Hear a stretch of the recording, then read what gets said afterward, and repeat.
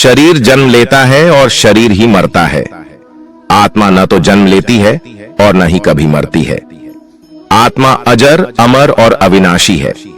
व्यक्ति को कभी भी ज्यादा क्रोध नहीं करना चाहिए, क्योंकि क्रोध भ्रम पैदा करता है जिससे बुद्धि नष्ट हो जाती है।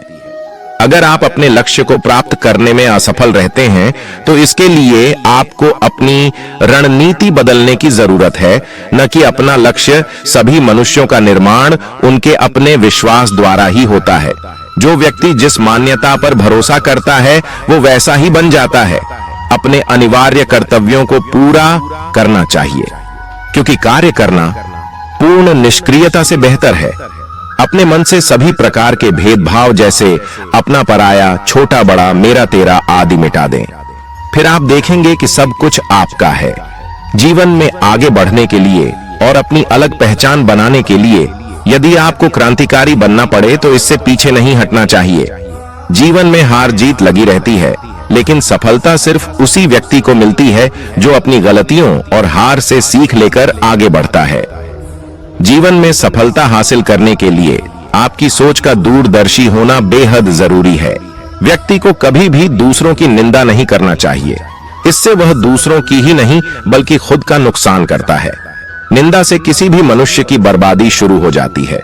वह दूसरों के सामने बुरा साबित हो जाता है। इसके साथ ही उसके ऊपर किसी भी तरह का विश्वास, प्रेम नहीं रखते हैं।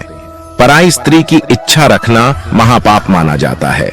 जिस तरह आप लहसुन या प्याज खाकर उसकी गंध को नहीं छिपा सकते हैं, इसी तरह किसी पराई स्त्री की इच्छा करने से उसे आप छिपाकर नहीं कर सकते हैं। ऐसे में आप अपनी मन और भावनाओं में नियंत्रण रखें, जिससे खुद के साथ घर वालों का सिर कभी न झुके।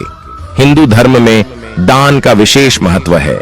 दान करने से पुण्य की प्राप्ति होती है।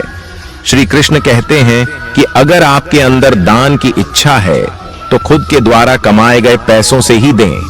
अगर आप किसी दूसरे व्यक्ति के द्वारा लाई गई चीजों का दान करते हैं तो उसका 1% फल आपको नहीं मिलता है।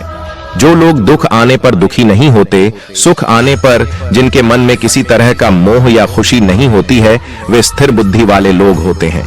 जो लोग राग, भय और क्रोध से हमेशा दूर रहता है,